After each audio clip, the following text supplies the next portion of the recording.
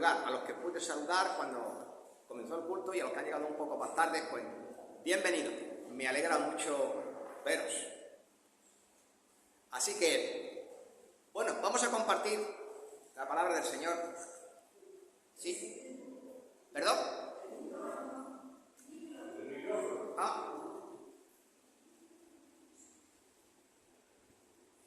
¿Ya? Vale. Primera de Reyes, capítulo 17 y versículo 1.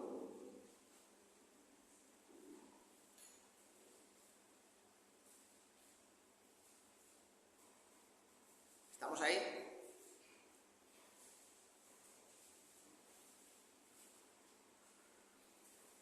Y Estela, cuando puedas, si puedes poner el del Águila Bíblico, el mapa 62.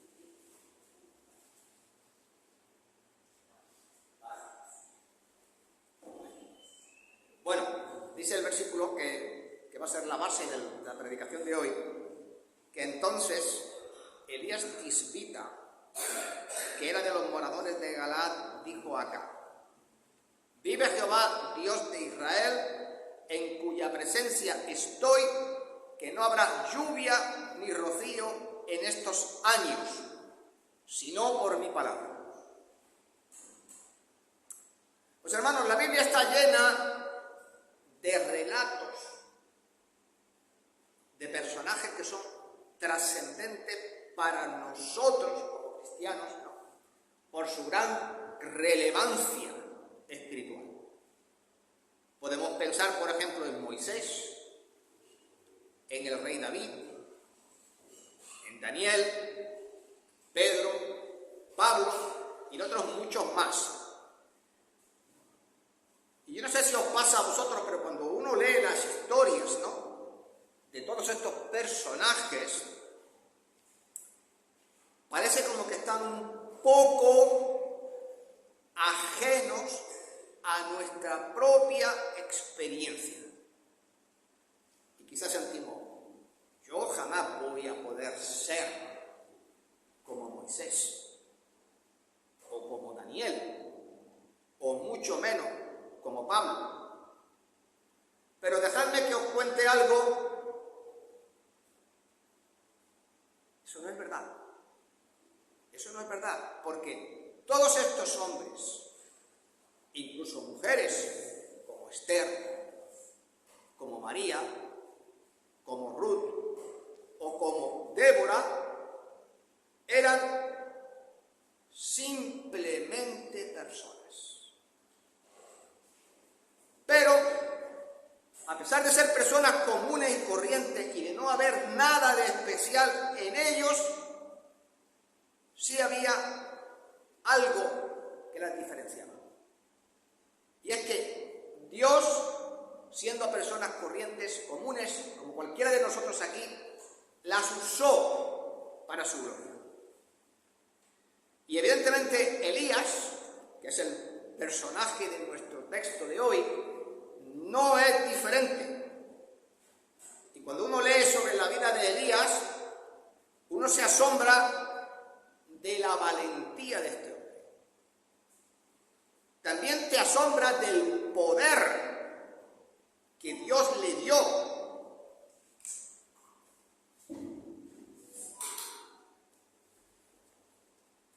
Te asombra del poder que Dios le dio. Sin embargo, ¿sabéis lo que la palabra de Dios dice acerca de Elías? Si vamos a Santiago 5:17, podemos leer lo siguiente. Elías era un hombre sujeto a pasiones semejantes a las nuestras. ¿Qué dice eso? Pues que era un hombre como nosotros, que era un hombre común y corriente. Pero sí que es verdad que él caminaba humildemente, siendo obediente a la voluntad de Dios. Entonces el propósito de este mensaje es que veamos cómo Dios puede tomar a una persona normal entre cualquiera de las muchas, ¿no?, que puede haber en el mundo y hacer de él una persona de un valor absolutamente inestimable. No importa cuál sea tu trasfondo social, cultural, económico, Dios puede cambiar todo eso y levantarte y hacer de ti un hombre y una mujer que bendiga a otros muchos.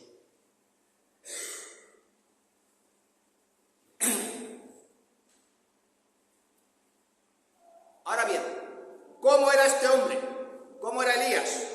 ¿Cómo era este hombre con pasiones semejantes a las nuestras, como dice el apóstol Santiago? Pues vamos a ver, hermanos. En primer lugar, Elías era de un pueblecito, y lo vamos a ver aquí en el mapa, no sé si se ve, desde aquí no lo veo muy bien, porque lo veo un poco borroso. Perdón, hay que aquí. Elías dice que era Tispita. Aquí no sé si alcancé a leerlo, ahí dice Elías, el lugar de nacimiento de ellos. Era Tispita, porque era de un pueblo llamado Tisbe, que está aquí, justamente ahí, señalado en el mapa. Y ese pueblo estaba en una región llamada Galaad. ¿Y dónde estaba Galaad? Galaad es la región que está comprendida entre el mar de Galilea, el sur del mar de Galilea, y el norte del mar Muerto. Y si os dais cuenta, yo creo que esto sí se aprecia y viene de la lejanía, Israel está recorrido de norte a sur por dos cadenas montañosas. Una está al margen izquierdo, bueno, al margen derecho del Jordán, y la otra cadena montañosa que está aquí, que recorre Galaad, precisamente, de norte a sur. Entonces Galaad era una región montañosa, agreste, y de hecho ese nombre significa agreste o accidental. ¿Ha habido oído hablar mucho de Galaad en la Escritura? Pues no tanto, siempre que oímos hablar mucho, por ejemplo, de la tribu de Judá y otras cosas, y este era el territorio natural de la tribu de Manasés. Bueno, entonces de esta región remota y nada especial era este hombre. Por otra parte, la vestimenta de Elías también nos dice que su procedencia social era humilde. Vestía, ¿recordáis con qué vestía Elías? Con un sencillo manto que luego le dio ¿a quién? A Eliseo. ¿Recordáis? Bueno, vestía con un sencillo manto. Y además de eso, dice la palabra de Dios lo siguiente acerca de él.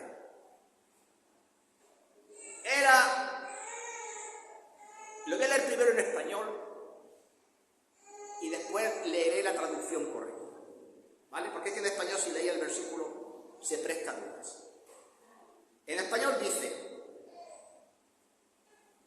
y ellos le respondieron, un varón que tenía vestido de pelo, así lo dice la Biblia Reina Valera, y ceñía sus lomos con un cinturón de cuero. Entonces él le dijo, estoy hablando del rey Ocosías, dice, es Elías Tisbita. Uno puede quedarse la sensación de que vestía una pelliza, ¿no?, piel, como una piel de borrego, pero que la parte de los pelos, en vez de estar hacia dentro, estaba hacia afuera. Pues no es verdad. No está diciendo que vistiera una pelliza. El texto realmente, bien traducido, decía que era un hombre velludo. Porque esa palabra saar, que ahí se dice vestido de pelo, es la misma que se utiliza, por ejemplo, también cuando se habla de quién, de otro personaje que era pelirrojo y velludo. ¿Quién era este? Jacob. Esaú. Y esa segunda palabra, saar, vestido de pelo, es la expresión hebrea para decir velludo. Y bebía y tenía un cinturón de cuero. Entonces, ¿qué pasa? Que Elías era todo lo contrario a alguien que procediese de algún lugar refinado. No era noble, no era una persona sofisticada. Y cuando Elías entró en escena, y eso fue cuando se presentó en la palabra de Dios, no se habla de su llamamiento ni nada, sino que de buena a primera lo vemos ahí ya directamente hablando con el rey Acab. Sus métodos, sus gestos, su manera de hablar y comunicar el mensaje eran tan ásperos y tan rudos como él y su procedencia. ¿Esto qué te dice? Pues hermanos, Dios no tiene, lo voy a decir otra vez, Dios no tiene preferencia alguna para escoger a su siervo de donde sea. Lo importante es que Dios llama a una persona para usarla. Y que esa persona puede ser tú, que estás ahí, sentado, escuchando este mensaje. Por otra parte, la carta de Santiago también habla sobre Elías y dice que era un hombre sujeto a pasiones semejantes a las nuestras, que oró fervientemente para que no lloviera, y no llovió sobre la tierra por 3 años y 6 meses. Y volvió a orar, y el cielo dio lluvia, y la tierra produjo su fruto. Entonces, conforme a esto, ¿qué te está diciendo la palabra de Dios? Lo voy a decir ya por enésima vez. Era un hombre normal. ¿Hay aquí alguien en especial? ¿Hay aquí alguien especial en la iglesia? Era un hombre normal. Era un hombre mortal como cualquiera. También era un hombre temperamental. Tenía un carácter fuerte. Pero también era un hombre que, como cualquiera de nosotros, y como está diciendo Santiago, tuvo sus horas bajas, especialmente cuando se enfrentó con Jezabel y amenazó con matarle. ¿Recordáis qué pasó con él? Cogió una depresión y se metió en lo más profundo de una cueva. Y Dios tuvo que ir a buscarle. Y salió huyendo. ¿Esto qué nos dice? Que hacía las mismas cosas que hacemos nosotros. Sufrimos, reímos, comemos, bebemos, padecemos. Pues él también. Y fijaros que había derrotado a los profetas de Baal, había hecho descender fuego del cielo, había consumido todo, había hecho milagros. Y con el rey Ocosías, el pasaje que hemos leído anteriormente, cuando Ocosías le manda a buscar porque estaba enfermo, manda a un capitán, no vamos a leer esto porque con 50 soldados. Y le dice, el rey Ocosías te manda a llamar. Dice, varón de Dios. Y él dice, varón de Dios, el rey Ocosías te manda a llamar. Y entonces él le dice, si yo soy varón de Dios, porque Ocosías había sido un rey perverso, y cuando estaba en el lecho de muerte, había mandado llamar a los profetas de Baal para que le dijeran sí. iba a vivir o iba a morir.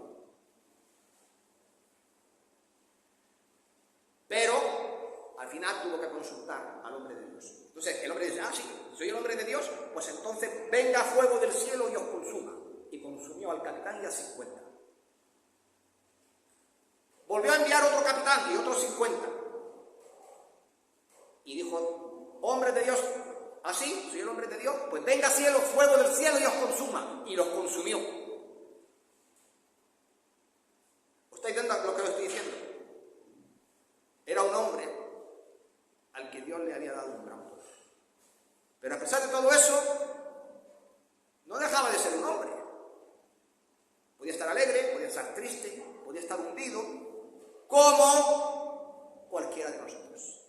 Es lo que trato de estar resaltando. Era un hombre que podía estar en las alturas, pero es un hombre que podía estar en la profundidad. Y esto tiene interés, porque es que Dios no escoge a personas súper espirituales para ponerlos al frente de su obra y para usarlo. A Dios solamente le importa una cosa: tú estás dispuesto a obedecer mi palabra y seguirme. Eso es lo que a Dios le importa. Y hermano, no se sabe nada absolutamente de Elías, no sabemos nada de su juventud, ni de su adolescencia, ni nada. Solamente empieza la historia de él cuando directamente, hemos leído en el versículo 1 del capítulo 17, se enfrenta con Acab. Entonces daros cuenta de una cosa, en la Biblia, hasta este momento, Acab era un don nadie, que salió de un lugar remoto, pero Dios escogió a este don nadie para hacer su voluntad y llevar su mensaje a un rey y a una nación desobediente. Se daros cuenta que Dios no necesita a personas ricas. Dios no necesita a universitarios.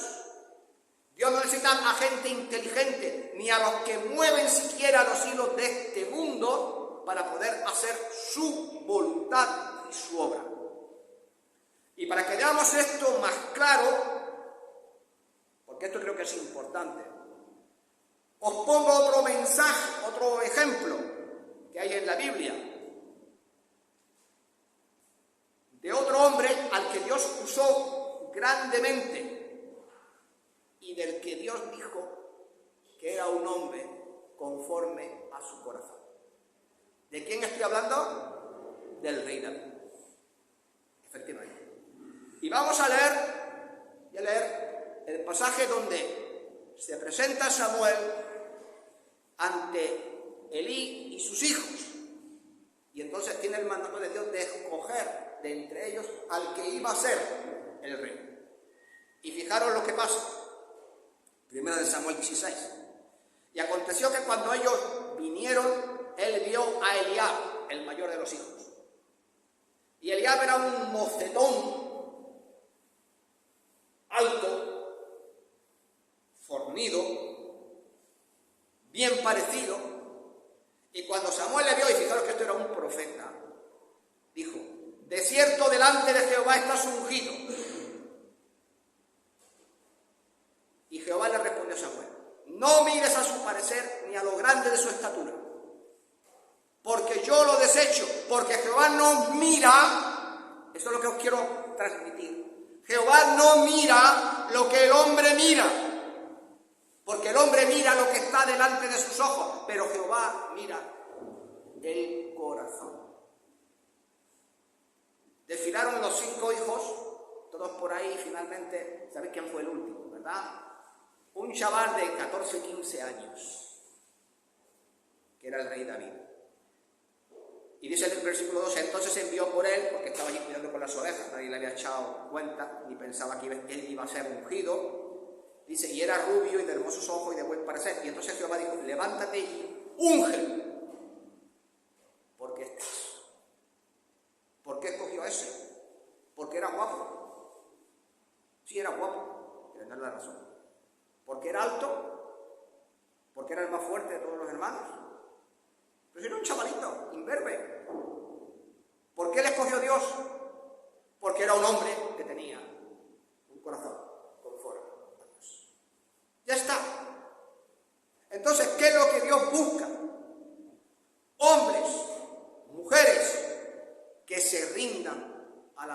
de Dios.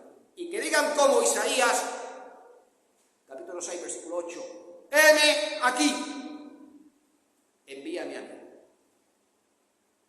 Lo que Dios busca y necesita son hombres y mujeres que se pongan manos a la obra. Hombres y mujeres que quieran hacer la voluntad de Dios. Porque fijaros lo que Samuel le dijo al rey Saúl. Se complace Jehová tanto en los holocaustos y en las víctimas como en que se obedezca a las palabras de Jehová.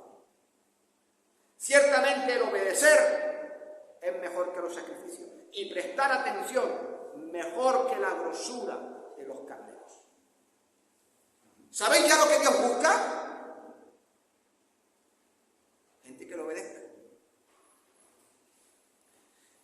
Y esto ciertamente, que acabamos de leer, era Elías, porque era un hombre obediente. Y Dios necesita gente como Elías, que se presenten, aunque sea delante de un rey, y lleven el mensaje. Pero ¿quién deben ser los Elías de hoy? Pues te lo voy a decir bien claro, tú y yo. No hay más. El rey de Israel, en los tiempos de Elías, era el rey Acab. Y después fue el rey Ocosías. Pero ahora mismo estamos hablando de Acab. Y la palabra de Dios dice de él lo siguiente. Y Acab, hijo de Omri, hizo lo malo ante los ojos de Jehová, más que todos los que fueron antes que él. Y Acab hizo una imagen de Asera, e hizo Acab más para provocar la ira de Jehová, Dios de Israel, que todos los reyes de Israel que fueron antes de él. Entonces, hasta este momento de la historia, cuando Israel se divide en los dos reinos, Acab fue el rey más perverso que se sentó en el trono de Israel. Hasta ese momento. Y además de todo eso, para empeorar las cosas, fijaros la importancia de casarse bien o de casarse mal.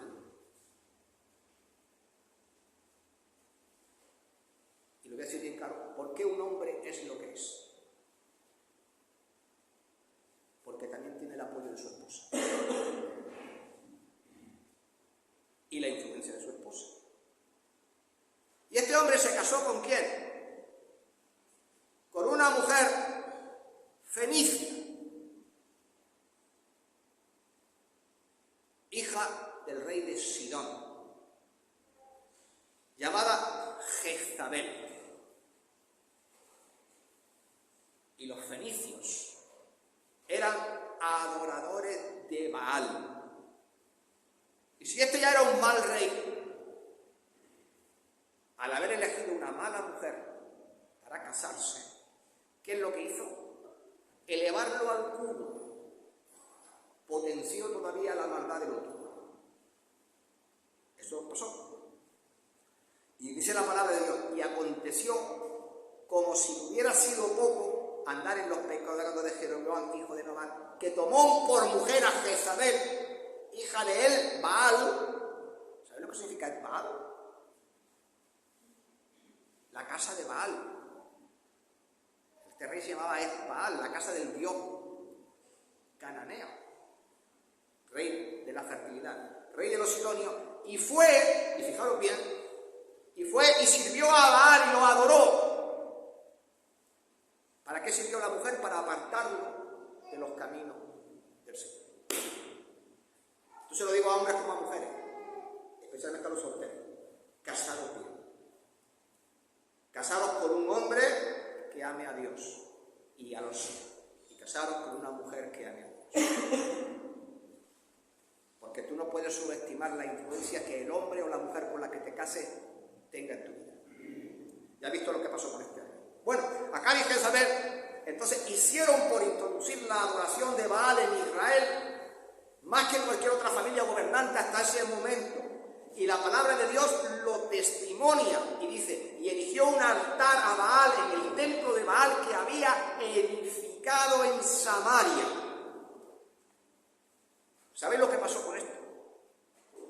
Logró apartar al pueblo de Israel del respeto que le debían tener a Dios. Eso es lo que lograron. Borraron a Dios del mapa como si Dios hubiese muerto y pusieron al Dios cananeo. Entonces, por esa razón que estoy diciendo, Dios envió a Elías ante el rey Acab y le entregó ese famoso mensaje que hemos leído sin pestañear. No lloverá ni habrá rocío hasta que yo lo diga. Así que, ¿os dais cuenta? Se requería valor para presentarse delante del rey y decirle esto. ¿Pero por qué se requería valor para decirle esto? Para que lo entendamos. ¿Por qué Elías profetizó que por 3 años y medio no llovería en Israel hasta que él lo volviese a decir? Pues mira, para que entiendan la situación. Porque Baal era el dios cananeo de la fertilidad. Y cuando llovía, se creía que gracias a él se garantizaba la fertilidad de la tierra para que produjese las cosechas y los frutos necesarios para poder vivir. En esencia, también, ya lo sabéis porque hemos estudiado esto en la escuela dominical, también incluían las ofrendas de tipo sexual, porque estaba la prostitución sagrada. Y si no llovía, incluso se realizaban sacrificios humanos como parte para aplacar la ira del Dios. Así que todo lo concerniente a este culto eran ofensas tras ofensas al Dios verdadero. Y por eso, Elías anunció la sequía. Y como era el Dios de la lluvia y de la tormenta, ¿esto qué es? Dios le declara la guerra a Baal. Y vamos a ver ahora quién de los dos puede más. Si es Baal o Jehová. Así que había que tener valor para ponerse en pie del principal promotor de esa falsa religión y decirle: mi Dios es mayor que Baal. Y para demostrarlo voy a cerrar el grifo. No habrá lluvia hasta que yo diga. Y ni tú, ni Jezabel, ni Baal podréis hacer nada para evitarlo. Y ahora yo os digo, ¿os estáis dando cuenta de la valentía de este hombre? ¿Y qué necesita la iglesia de hoy día? Pues esta valentía. Porque todos nosotros tenemos que enfrentar los Baales modernos hoy día. Y eso requiere un coraje. Vosotros os podéis imaginar cuál fue la reacción del rey de la corte cuando le oyeron decir esto. Pues seguramente se burlaron o se rieron, pero seguramente si nosotros tenemos que decir lo que decir, se van a reír y se van a burlar de nosotros también. Pero esa valentía que surge de la comunión con Dios y de que te arde el corazón al ver los pecados que se estaban cometiendo, es lo que se necesitaba en ese momento. Y es lo que necesitamos también ahora. Esa valentía que no le importa que tú quedes en ridículo, pero protesta contra cosas como el aborto o como la homosexualidad o como la merma de las libertades religiosas.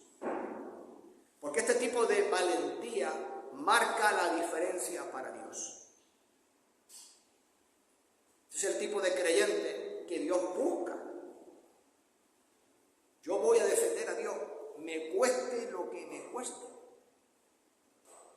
Que se ríen de mí, que se rían, que me toman por loco, porque me tomen por loco, pero no voy a dejar de decir lo que tengo que decir.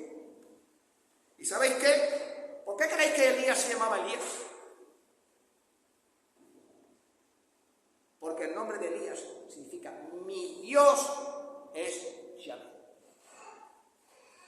Entonces ya su nombre te está diciendo que era un hombre que tenía una gran relación con Dios. Y justamente su relación con Dios era lo que le capacitaba para enfrentar todas estas circunstancias. Y cuando enfrentó a Acab y Jezabel, Elías demostró hasta qué punto estaba comprometido con Dios. ¿Quién es el guapo aquí que tiene el valor de irse a decirle en toda su cara al señor presidente del gobierno que todas estas leyes que ha aprobado son una basura? Pues enhorabuena. Pues enhorabuena. Porque eso es lo que Dios busca. Porque eso es justamente lo que Dios busca.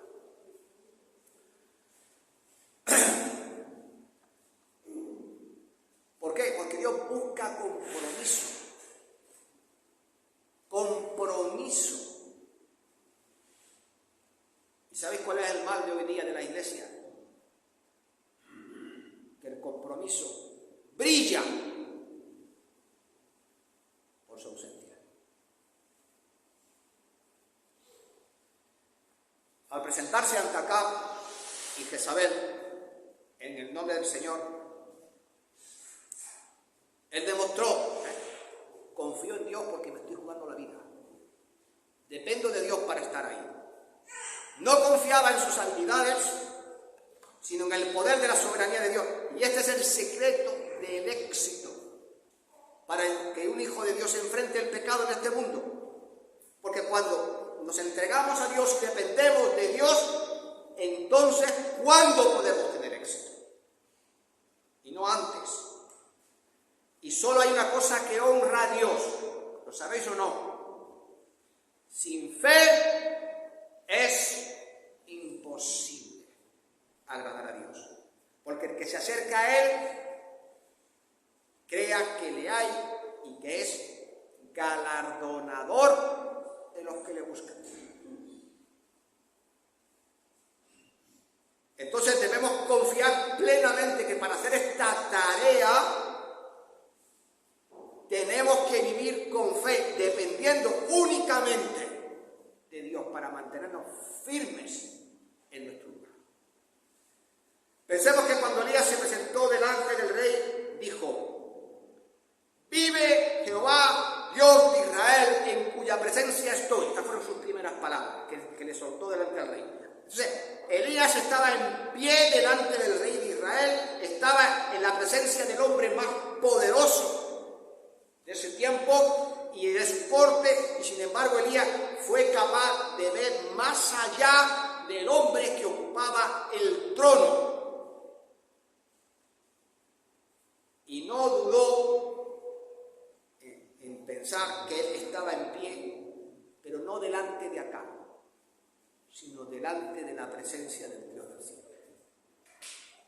Y con esa certeza no tuvo necesidad, ¿sabéis de qué?, de endulzar ni hacer más agradable su mensaje. Le dijo al rey en toda su cara: eres un idólatra.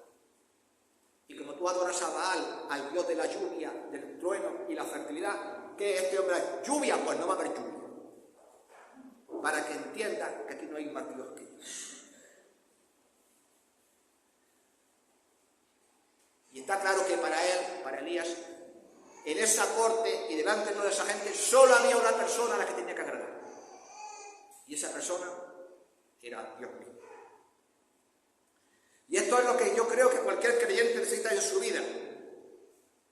Si somos capaces de ir más allá y de ver más allá de lo que otros pueden ver y vivir solo para agradar a Dios, hermano, otro gallo nos cantaría. Entonces el camino correcto es este y no otro. Entonces os voy a hacer una pregunta. ¿Podrán nuestras convicciones ayudarnos a estar delante de los hombres si primero estoy en la presencia de Dios? Pues la respuesta es sí. si agrado a Dios en todo, entonces a mí no me importa a quien yo tenga que desagradar. Ayer tuve una conversación con cierta persona y no me importó en absoluto decirle lo que le tenía que decir. Si quieres escuchar, escuchas. Si no quieres escuchar, no escuchas. Pero la palabra de Dios es la palabra de Dios. Luego, todos los demás argumentos, a mí, honestamente, me importan un pepino.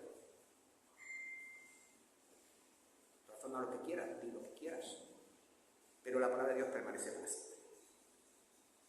Elías creyó que su Dios estaba vivo y le dijo a Acab y a Jezabel: vive Jehová, Dios de Israel. ¿Sabéis por qué? Porque el resto del pueblo estaban viviendo como si Dios hubiese muerto. Ni siquiera la adoraban, porque recordáis que hemos leído que hizo un templo a Baal en Samaria. Entonces, si Dios vive, y creemos que Dios vive, ¿verdad? Porque Cristo resucitó, ¿qué pensáis? ¿Que Dios no nos va a poder ayudar en el resto de nuestra vida y en las cosas que tengamos que enfrentar? ¿Y es que no es acaso la resurrección la motivación más grande de nuestra fe? Porque si Cristo no hubiese resucitado, ¿no dice la palabra de Dios que vana es vuestra fe? Entonces, el hecho de saber que Cristo vive nos tiene que levantar cada día y estar confiados en su poder. Porque ahí fuera hay mucha gente que, como en los tiempos de acá, viven como si Dios hubiese muerto. Entonces, cuando uno tiene la convicción de que Cristo vive, doy testimonio, no de un Dios muerto, de un Dios vivo. Y entonces los hombres como Elías son necesarios para que se pongan en pie. Y yo digo a esta iglesia y a todos vosotros: vive Jehová, Dios de Israel, en vuestras vidas, ¿o no? Pues la certeza de que Dios vivía fue lo que le llevó a profetizar que por 3 años y medio no llovería. Y esto es creer en el poder de Dios. Esto es tener confianza absoluta. Y es una cosa, y lo digo porque generalmente, ¿no? Cuando tú ves un profeta, suele decir así: vino palabra de Jehová a Elías, Samuel, Daniel, a quien sea. Pero en este pasaje no lo dice. Se planta allí y directamente se lo dice al rey. ¿Por qué? La palabra de Dios no lo explica, pero seguramente en algún momento Dios se lo tuvo, el Espíritu Santo se lo tuvo que revelar. Y él se lo soltó allí tal cual al rey. Y todas las cosas que Dios hace y dice, hermanos, se cumplen. Con independencia de si tú y yo las creemos o no. Porque no hay ni una sola promesa en la palabra de Dios que no se haya cumplido.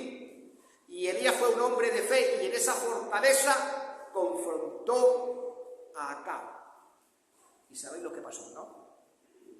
Que no llovió en 3 años y medio, hasta que él nuevamente lo vio. Entonces, ¿qué os digo? Iglesia de Melilla, tener esta fe inquebrantable, porque Elías fue un hombre como nosotros, pero confió en Dios. Y ahí está la diferencia. ¿Qué vamos nosotros a hacer? Esa es la verdad. Si os dais cuenta, la idea central de este versículo que hemos leído al principio era que Elías defendió a Dios en tiempos de una maldad espiritual grande. Hizo lo que Dios le había ordenado. Fue enviado a un pueblo perverso para anunciar la palabra de Dios. y para anunciar el juicio que venía sobre Israel. ¿Y sabe lo que hizo? No temió hablar, no temió exponer los males de su época, no temió poner su vida en manos de Dios y confiar en Él para todo. Entonces, me pregunto, ¿cuántos de nosotros somos como Elías? ¿Cuántos de nosotros confiamos en Dios pase lo que pase? ¿Y cuántos de nosotros nos enfrentamos a los males de este mundo? Pero sobre todas las cosas, ¿cuántos de nosotros conocemos a Dios realmente como le conocía Elías? ¿Sabéis qué esta iglesia necesita? Sendero, la iglesia de Filadelfia, la iglesia Renacer, las 5 iglesias que hay en Melilla. ¿Sabéis lo que necesitan? Hombres como Elías. Hombres como Elías. ¿Sabéis? Necesitamos hombres y personas como Elías. Porque, ¿sabéis qué? El Dios de Elías no ha cambiado. La palabra de Dios dice que Jesucristo es el mismo hoy, ayer y por siempre. Entonces, ¿dónde están los Elías que creerán en Dios y se mantendrán firmes sin importarles el coste para su vida? ¿Dónde están las personas comunes y corrientes que estén dispuestas a hacer la obra de Dios para su gloria? ¿Dónde? Entonces, la iglesia del Señor necesita nuevos Elías en estos días. Y cuando Eliseo recibió el famoso manto de Elías, del que hice mención al inicio de la predicación, se hizo esta pregunta: ¿dónde está el Dios de Elías?, dijo Eliseo. ¿Sabéis dónde está Dios? Aquí. Aquí. Porque Dios nunca ha cambiado. La pregunta que nos tenemos que hacer quizás es la siguiente, y la dejo para que meditéis en ello. Pero ¿dónde están los Elías que tienen que servir a Dios? Pues en eso meditar. Que el Señor